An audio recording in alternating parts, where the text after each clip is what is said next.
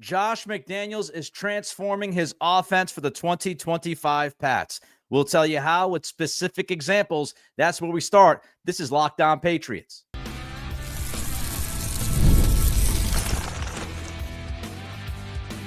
You are Locked On Patriots, your daily New England Patriots podcast. Part of the Locked On Podcast Network, your team every day. What's happening? I am your host, Nick Cattles, born and raised in New England. I've been covering the Pats for 16 years. Also the co-host of the Greg Bedard Patriots podcast with Nick Cattles and a sports talk show host veteran. Coming up, we'll tell you why Kyle Williams fans should be happy with a development on Sunday. Also, Drake Maye had a Paul Pierce-like game against the Panthers. We'll explain that later. But first, this is not the Bill Belichick era Josh McDaniels offense. We appreciate you joining the show, making us your first listen, and for being an everydayer of the Locked On Patriots podcast, a proud partner, the Locked On Podcast Network, your team every day. And by the way, before we kick this thing off, I do want all of you to know there's been a schedule change. The NFL has flexed the Patriots game against the Saints, Week 6. That game has been moved back to 1 p.m. Eastern instead of the original 4:25. So that's good news if you like 1 o'clock kickoffs. By the way, today's episode is brought to you by FanDuel. Right now, new customers can bet just $5, and if your bet wins, you get $300 in bonus bets to use across the app. Josh McDaniels is transforming his Patriots offense. And frankly, from weeks 2 through 4, he's mostly been excellent. And this team has been moving the football almost effortlessly over the past 3 games. You start in Miami, then you move to Pittsburgh, and then what we saw against Carolina. And I know people are going to sit here and tell me those are weaker defenses, and they are. Those defenses are not particularly awesome. But when you watch the film and you look at the strategy, you look at the approach from your offensive coordinator, it is clear that Josh McDaniels has changed this offense. This is not what we saw from Tom Brady. It's not what we saw from Matt Castle. It's not what we saw from Mac Jones. It's not what we saw from Cam Newton or Jimmy Garoppolo or Jacoby Brissett. This is a Drake Maye offense. And I know we touched on it a little bit in the live postgame, but I want to dive deeper with this episode and tell you what Josh McDaniels is doing different and tell you some examples that we saw on Sunday and how it's been helping this offense. Priority number 1 for the Patriots in this offense and Josh McDaniels is putting Drake Maye in a position to succeed. You want to put him in a position to succeed, accentuate his strengths, hide his weaknesses, do all that you can do to make him feel comfortable. Do all that you can do to make him a better quarterback. And through the first month of this season, mission accomplished for Josh McDaniels. He understands Drake Maye's strengths, and he's scheming for it. Andrew Callahan of the Boston Herald posted the Patriots had the second lowest play action rate in the NFL last year, 15.4%. Can you imagine? 15.4% play action rate last season with Alex Van Pelt as your OC. Josh McDaniels has changed that, and Drake Maye is benefiting. Andrew Callahan posted Maye's play action rate and QBR out of 100 each week. So in week 1, the Patriots ran play action 20.8% of the time.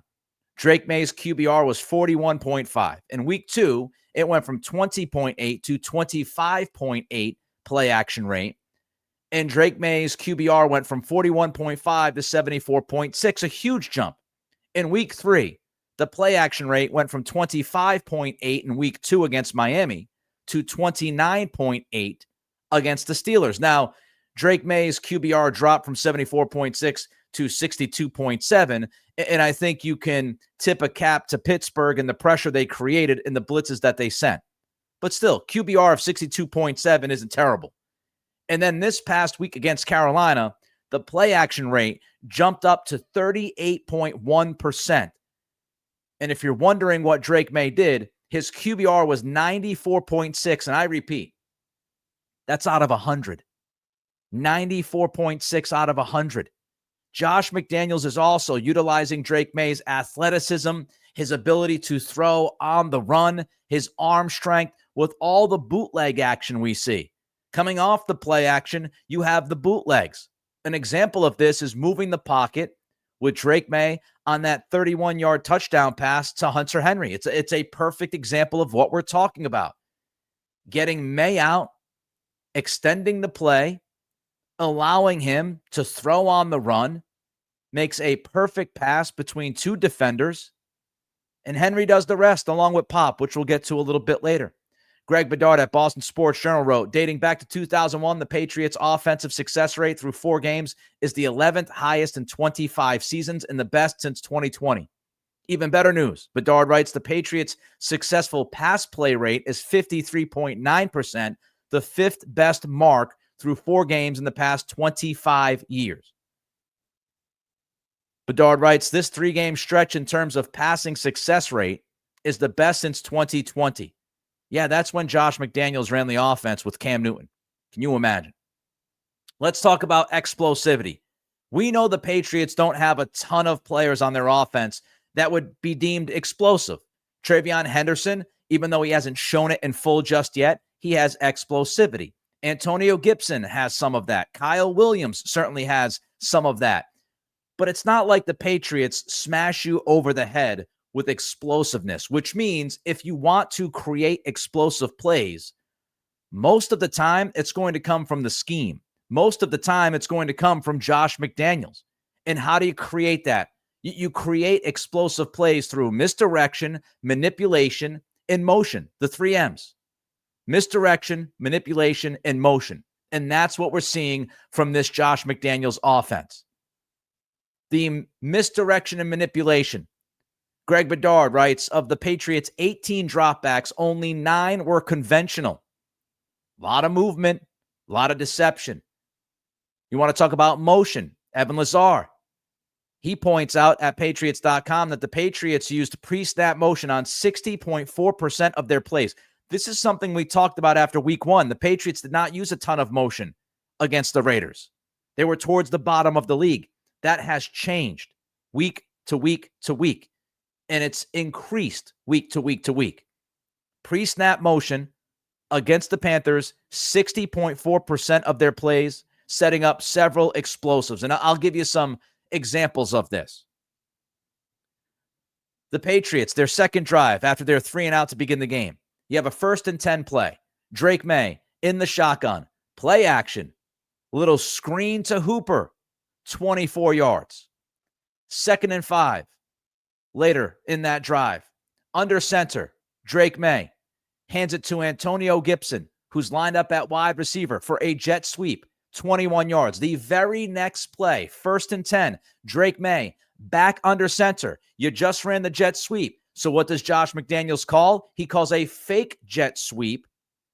And instead, after the fake jet sweep, Drake Maye hands it to Ramondre Stevenson, who goes for 22 yards. That's what we're talking about. Exposing a defense with misdirection, deception, motion, getting them all messed up. Run that jet sweep, and now you've got the defensive line, you've got the front 7 swaying one way, hit them the opposite way with Ramondre Stevenson for 20-plus yards. Another part of what Josh McDaniels is doing that is absolutely critical is he's helping the offensive line. I had so many complaints last year about Alex Van Pelt, and one of the top complaints I had is that he did not help his offensive line enough. He didn't run play action, for example, as we mentioned earlier. He didn't use Drake Maye's athleticism and his legs. We didn't see a ton of bootleg action. We didn't see some of these designed runs, these read options from time to time. Alex Van Pelt did not help his tackles. Just a lack of play action and motion, a lack of chips from your tight ends and your running backs. Not in 2025. Josh McDaniels is helping his offensive line. Taylor Kyles posted the Patriots had 9 dropbacks versus Carolina that didn't include play action, quick game, or screens. They often helped the tackles with chips, and I saw the same thing when I rewatched the game on Monday morning. You see all of this.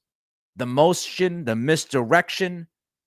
You're helping your O-line. You're buying a little bit of extra time if you need it. And that's why the offensive line numbers, aside from the offensive line just playing better than last year, which really isn't that tough since they were so bad last season, But that's why you see some of these numbers from this offensive line.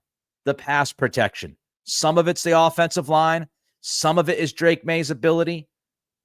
And some of it, you could argue, most of it is Josh McDaniels' play design, scheme, approach to the game. And shout out to Thomas Brown and Todd Downing, who are also on this offensive staff. We know those guys have called plays at the NFL level before, and they have no doubt helped Josh McDaniels continue to transform his offense of old and to shape it around Drake Maye. And we've seen some really good stuff from this offense the past 3 weeks. All right, we learned multiple things from Sunday's snap counts, including what it could mean for Kyle Williams. That's next. This is Locked On Patriots, part of the Locked On Podcast Network, your team every day. You know the saying, look good, feel good? Well, the problem is that most dress clothes only check one of those boxes. They look sharp, but they feel stiff, hot, and high maintenance. That's why there's Mizzen & Main. Mizzen & Main makes classic menswear with performance fabrics, so it's effortless to look sharp and feel comfortable. They actually invented the performance fabric dress shirt over 10 years ago, and they've perfected it ever since. Their shirts are stretchy, moisture-wicking, wrinkle-resistant, and machine-washable. No ironing, no dry cleaning. You'll love that you can go from the office to dinner or even out on the golf course and still feel comfortable all day. It's the feel of athletic wear, but the look of professional menswear. And right now, Mizzen & Main is offering our listeners 20% off your first purchase at mizzenandmain.com with promo code LOCKEDONNFL20. That's Mizzen, spelled M-I-Z-Z-E-N, and Main, M-A-I-N.com. Promo code LOCKEDONNFL20 for 20% off. And if you'd rather shop in person, you can find Mizzen & Main stores in select states. The NFL season is here, and FanDuel has an offer you don't want to miss. Right now, new customers can bet just $5 and get $300 in bonus bets if you win. That's right. Pick a bet, put down $5, and if it hits, you'll unlock $300 in bonus bets to use across the app. I love how FanDuel gives me so many ways to play. You can build parlays. You can try player props, even follow the live lines during games. It makes watching football even more exciting when you've got a little something riding on the action. And this is whether you're a casual fan or love diving into the stats. FanDuel makes the game day experience so much better. Again, right now, new customers can bet just $5 and get $300 in bonus bets if you win. Pick a bet, put down $5. It hits, you'll unlock $300 in bonus bets to use across the app. So the question is an easy one. What are you waiting for? Visit FanDuel.com to download the FanDuel app today and get started.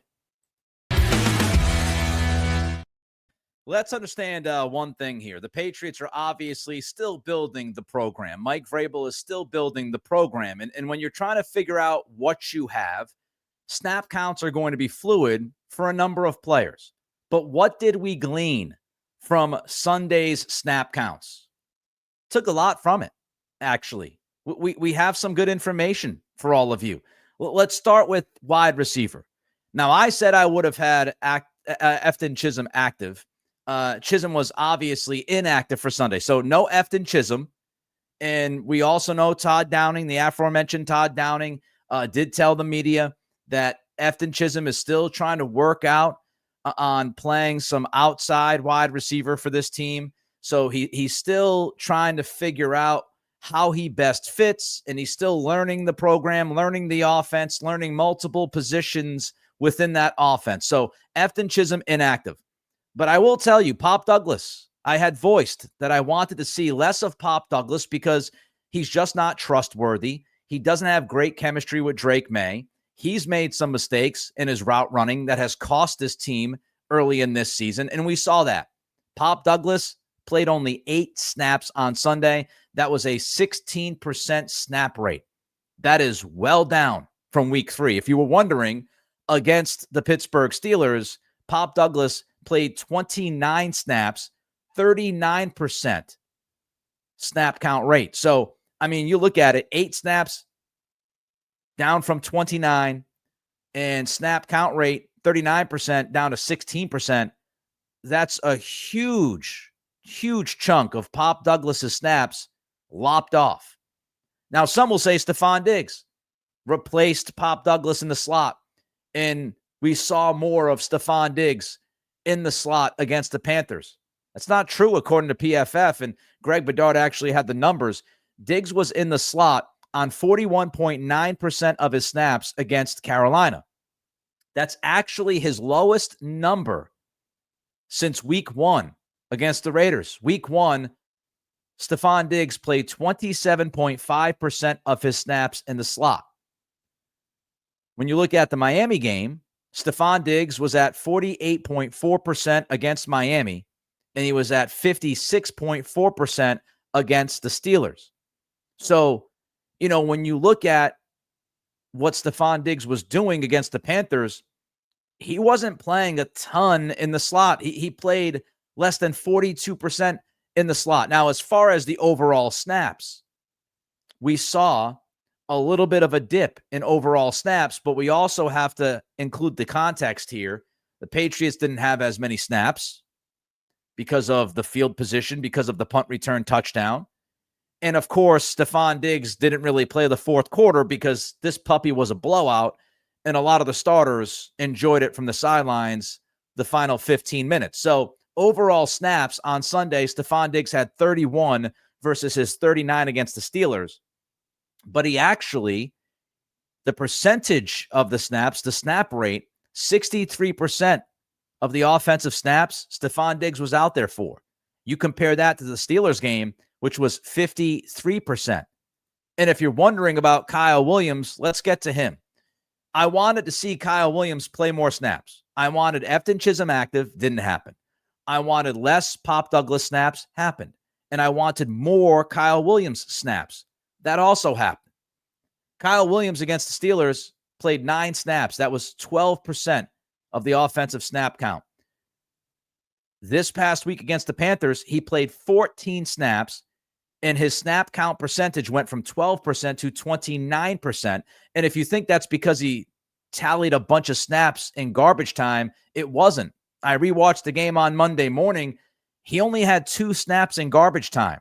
So Kyle Williams was on pace for more snaps even before the garbage time played a role. So that's good news. I would like to see a little bit more of Kyle Williams, a little bit less of Pop Douglas, and that's what we saw against the Panthers. Let's look at running back. I have said, I went on the record before this game, and I said I would sit Ramondre Stevenson. And if you weren't going to bench him and put him in street clothes and activate Terrell Jennings, then I would have had Stevenson as the emergency, quote-unquote, third running back. That didn't happen. Mike Vrabel decided that Ramondre Stevenson was going to play, and he was going to play a big chunk of this game. Ramondre Stevenson started the game. His role was tweaked, which we'll get to in a minute. But Ramondre Stevenson played 57% of the snaps against the Panthers. He played only 36% against the Steelers. And, of course, his fumbles took him off the field for a decent amount of that second half. Antonio Gibson, if you're wondering, he played 18% of the snaps, and Travion Henderson played 31% of the snaps. Now, here was the tweak to Ramondre Stevenson's role. Goal line carries.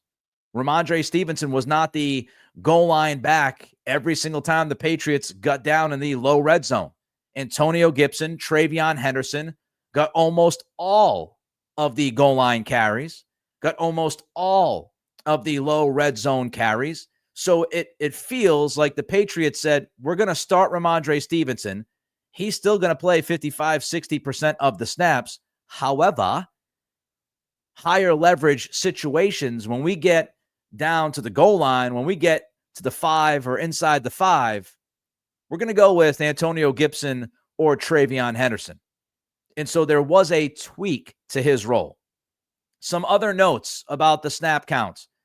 Obviously, Kyle Duggar, he replaced Jalen Hawkins in this game, so he played a chunk of snaps, and he was his most active that he's been for the first month. We'll see if Jalen Hawkins can get back on the field against Buffalo on Sunday night. If not, Kyle Duggar's going to be the guy. So if you were wondering if it was going to be, Del Pettis or Kyle Duggar, it's going to be Kyle Duggar for right now. Now, Christian Gonzalez, I had mentioned in the live post game that it felt like Christian Gonzalez had played the entire game up until garbage time. Now, I wasn't tracking snaps while the game was happening in real time, but yes, that's what happened. Christian Gonzalez was out there the entirety of the game until you got to the fourth quarter when it was garbage time. Then he sat, which makes a ton of sense. And if you're wondering about Kyrie's Tonga, because Mike Vrabel last week said they wanted to get Kyrie's Tonga more snaps, week 3, he played 21 snaps, which was 39% of the snap count for the defense. Against the Panthers, he played 27 snaps, but that was still 39%. So the same amount of snap count rate for Kyrie's Tonga, 39% against the Steelers, 39% against the Panthers. But as far as snaps, went up from 21 to 27. And Evan Lazard did point out that the Patriots did something different against the Panthers. Harold Landry actually played off the ball. Christian Barmore was playing the 4-3 defensive end in a traditional even front. So it does look like they made some tweaks to get Kyrie's Tonga in the game a little bit more.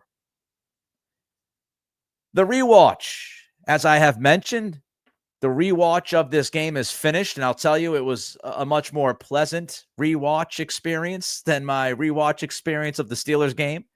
But the rewatch is finished, and I've got some nuggets that you do not want to miss. That's next as we continue with this episode of Locked On Patriots, part of the Locked On Podcast Network, your team every day. Guys, you've probably heard of Viagra or Cialis. Maybe you've even tried them, but if you're looking for something beyond the usual pill, it's time to meet Rougiette Go Long. This isn't just another ED pill. It's a total game changer for confidence. Go Long combines 2 doctor-trusted medications in one dual-action formula so you can go the distance. The effects can last up to 36 hours. That is confidence all day, all night, and even into the next day. The process, it's simple. Connect with a board-certified doctor 100% online, and if prescribed, your treatment ships discreetly right to your door. If you're ready to level up your confidence in the bedroom, check out Rougiette. Head to RUGIET.com and use promo code LOCKEDONNFL for 15% off your first order. That's RUGIET.com. Promo code is LOCKEDONNFL. Make sure to use our code so they know that we sent you. The rewatch was fun. Now, you don't catch everything initially. You don't catch everything in real time as I'm trying to track these plays down, distance, formation, etc. So I go back and I watch every game over again on Monday morning. And I'll start with Drake Maye. I said at the beginning of this episode that Drake Maye had a Paul Pierce-like game. It might have made your head spin. But what I mean by that is Paul Pierce had one of my favorite quotes of all time. He said that he gives the game what it needs, which is simple. If you need 45 points, Paul Pierce felt like he could get you 45 points. If you needed 20 points and 10 assists, Paul Pierce felt like he could give you 20 points and 10 assists. And Drake Maye gave this game what it needed when it needed it. That's the best way I could describe his performance. I'll give you some examples. The second touchdown on that drive, 2nd and goal, under center, play action. This looks like it's designed for Austin Hooper. It's a little bit of a difficult play for Drake Maye. So instead of forcing it, he scrambles, gets to the pylon, touchdown. 4th drive for the Patriots offense. This in the second quarter. There's a situation where you're looking at, 2nd and long. Drake Maye takes the profit to Stephon Diggs, who sits on his route, 2nd down, picks up 5 or 6 yards. Makes it manageable. On the 3rd down, Drake Maye then throws an absolute bullet to Hunter Henry at the half-yard line on that 3rd down to set up 1st and goal. It is threading the needle. It is putting just enough juice on it to get it to Hunter Henry. You get it down to the half-yard line, sets up the Antonio Gibson touchdown run. 3rd quarter, your first drive out of halftime. 3rd and 15. First, great protection by the offensive line. tip of the cap to the big boys. But Drake Maye finds Stephon Diggs, 20-plus yard gain, chunk play. 2nd and 9. You have that just fantastic play where the Drake Maye rollout to Hunter Henry happens. And if you watch that replay, if you slow it down, Michael Hurley's done a great job of this on Twitter if you want to check it out. This throw by Drake Maye on the move, it is not nearly as easy as you might have thought watching this game live. He has to slide it between 2 defenders' arms. You could argue maybe even 3. He puts it right where Hunter Henry can catch it while on the run, doesn't break stride, upfield, touchdown. You also had the 4th down conversion to Stephon Diggs on the back shoulder throw downfield. The Mac Hollins touchdown when Mac Hollins was in motion. That was a 3rd down, in motion, slant. You create the conflict between the linebacker, and boom, 3rd down, 3rd and goal, touchdown. Drake Maye gave the game what it needed. He didn't force the issue. He didn't try to do too much. But when you absolutely needed some big plays, your quarterback came through. Second rewatch nugget. The downfield blocking was significant. We pay a lot of attention to the guys up front, and for all the right reasons. But do not lose the idea that big plays happen a lot of the times because you have guys downfield who are willing and actually execute their blocks. And I'll give you some examples. First quarter, 2nd drive. I mentioned this earlier, the fake jet sweep and the handoff to Ramondre Stevenson. If you watch that play over again, pay special attention to Mac Hollins, who throws a great block to help Ramondre Stevenson spring free. 3rd quarter, 1st drive, 2nd and 10. You have a Travion Henderson jet sweep. Go back, watch the play. Stephon Diggs, Austin Hooper, Mac Hollins, all have really good to great downfield blocks. Travion Henderson gets 13 yards. The Hunter Henry touchdown I just mentioned, Pop Douglas. A lot of credit to Pop Douglas, who didn't play a lot, but he's out there for that play. He blocks not 1, but 2 Panthers. He blocks 2 Panthers near the boundary, allows Hunter Henry to pretty much tiptoe his way towards the goal line. Downfield blocking. Christian Barmore, another nugget for you. Christian Barmore caused all sorts of havoc in this game for the Panthers offensive line. It was 4 or 5 times where you could see Christian Barmore just mess everything up. You want to talk about disruption? Major disruption. And Brian Hines from CLNS posted this. Christian Barmore had 5 pressures on 20 pass rushes. That's a 25% pressure rate. That's his highest pressure rate since week 3 of 2023. And if we're starting to get the 2023 version of Christian Barmore in 2025, this defensive line is going to be even better than it was. I'll give you some examples of Christian Barmore having an impact. First quarter, 2nd Panthers drive, 1st and 10. The Patriots, Zach Core, calls for a 3-man pressure. Barmore gets in, incomplete pass. 2nd and 10. Barmore, big-time pressure. Creates an incomplete when Kyrie's Tonga bats the football down at the line of scrimmage, but Christian Barmore begins it all.